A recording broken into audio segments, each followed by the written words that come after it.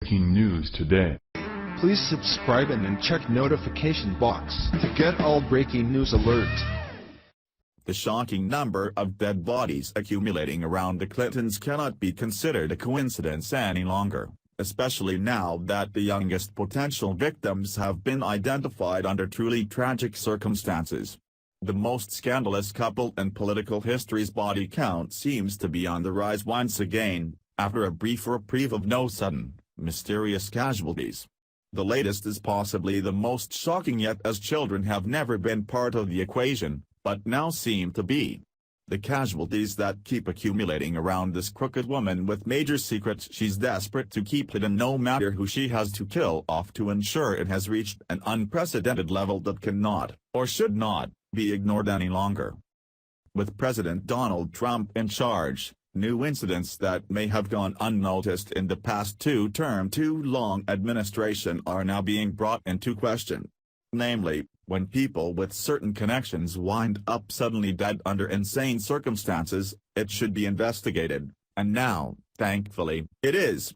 The two victims, which are the youngest fatalities tied to the Clintons, yet deserve justice, as do their families who didn't have any hope of getting any answers until now.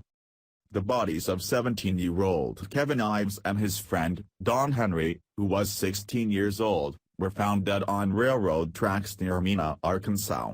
This location being near the Clintons' hometown wasn't the only connection these teens seemed to have to the scandalous couple. There was something else very specific about the small town of Mena. The pair were more than victims of an unsolved case, as a mother's 30-year mission to solve it has since uncovered. The boys died in 1987 in what has been described as an unsolved murder case, and now 3 decades later, new information seems to be surfacing in the mix of other strange sudden deaths tied to the Clintons and what appears to be a killing cartel connected to their deep secrets. Clinton-appointed state medical examiner, Dr. Fahmy Malik, initially ruled the boys' deaths as accidental despite the apparently obvious signs of homicide, not suicide, or simply being on the tracks at the wrong time, which would suggest an accident.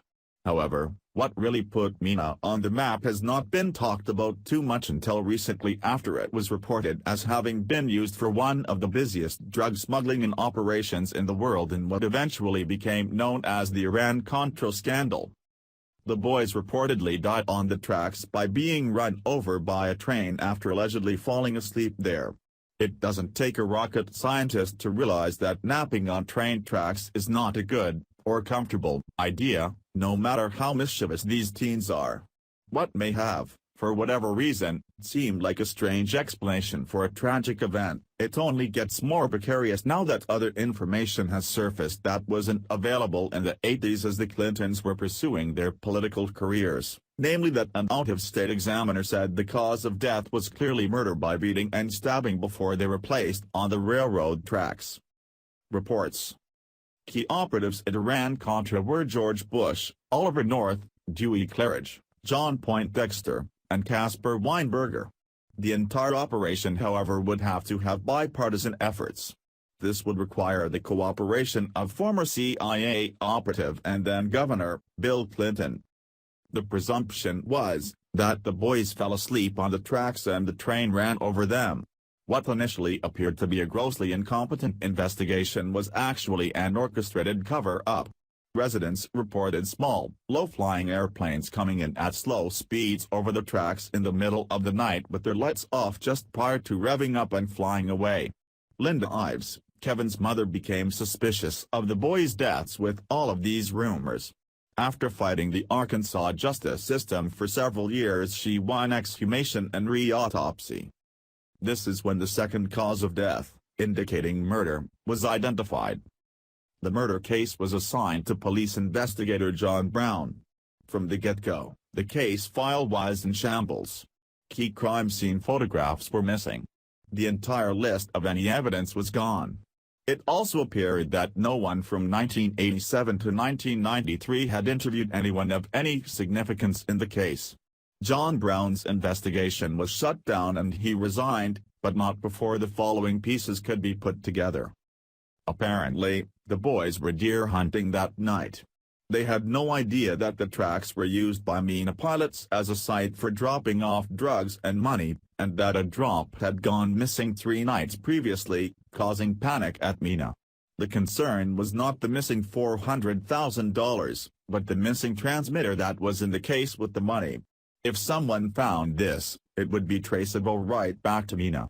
In a classic case of being in the wrong place at the wrong time, Kevin and Don stumbled right into a police-protected drug drop site, where law enforcement officials and drug smugglers were waiting to see who might show up. The boys were chased down and taken to another location. At that point they were beaten and stabbed. Then their bodies were placed on the track in hopes that all evidence of the murder would be distorted by the train mangling the bodies. A U.S. Senate subcommittee in 1989 called the available evidence about Mina sufficient for an indictment on money laundering charges. But the feds scrapped a 5-year probe of Mina and interfered in local investigations. The state police were taken off the case. Clinton refused the request from one of his own prosecutors to pursue the matter any further.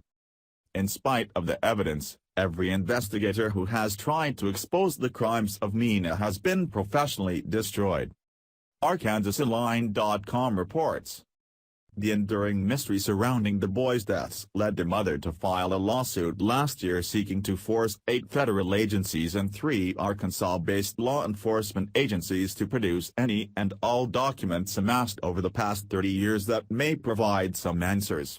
The lawsuit accuses the agencies of violating the Federal Freedom of Information Act by failing to turn over complete documents in response to requests Ives and her Little Rock attorney, R. David Lewis, filed in 2012.